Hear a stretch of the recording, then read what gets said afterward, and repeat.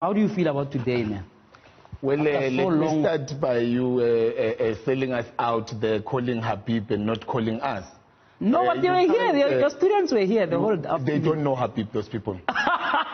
You can't call children to debate the old horses. No, that's not a debate. The debate is still coming. We are the ones who know Habib. These ones are scared of him. Serious? You bring that man to howl here, he makes noise, he was shouting alone. You should have called me so that we shout together. All three of us shout there. But he raised reasonable things. There is nothing reasonable that Adam is speaking about. No. Adam rose to fame when we were going to Polokwane in the ANC. And he became a political analyst, mushroomed from nowhere to be a political analyst. I think he was working for UJ. Supporting the very same Jacob Zuma that he's insulting today. Today he's singing for Sapa, insulting Jacob Zuma today so that he can be deployed by the current leadership. We know how he survives. So but he seems to have gotten a job overseas. I mean, they don't want him there. You didn't see that there is a protest in that university. The students are rejecting him. Before he even gets there, they are already saying... Seriously? Yes. No, man. You can Google it. It's there. The students in that university are saying he's responsible for brutalizing, for using maximum force on intellectuals. You can't use maximum force. We use brains. We don't have muscles to fight. You bring police to moor our heads so that we are performed. Oh, no. Wait.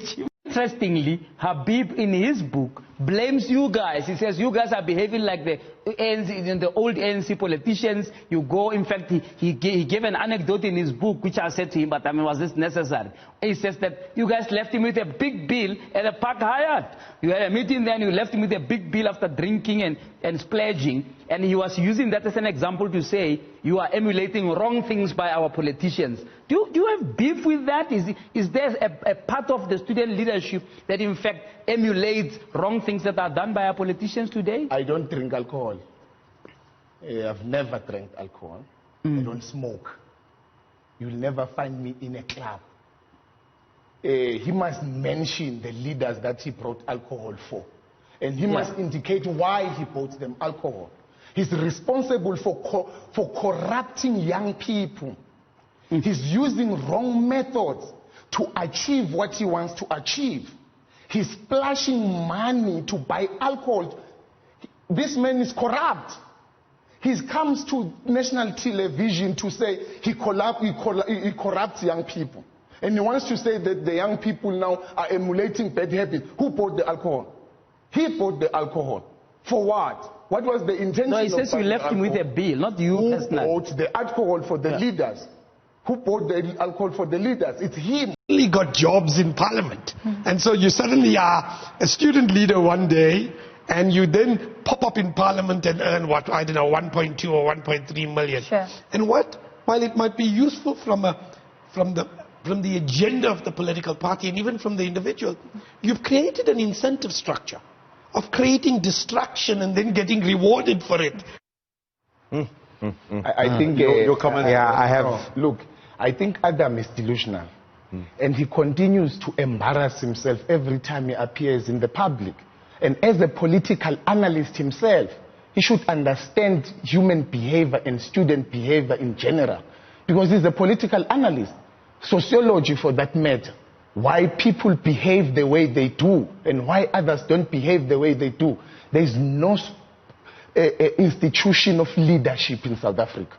There's no university where leaders are being taught. The university is a space where we contest ideas and leaders must be produced in that space.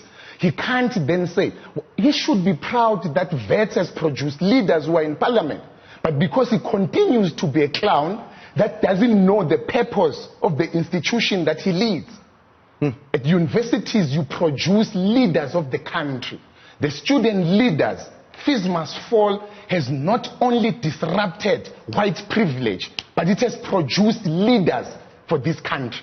They are in parliament. We should be celebrating that. Because when before fees must fall, young people had went to slumber.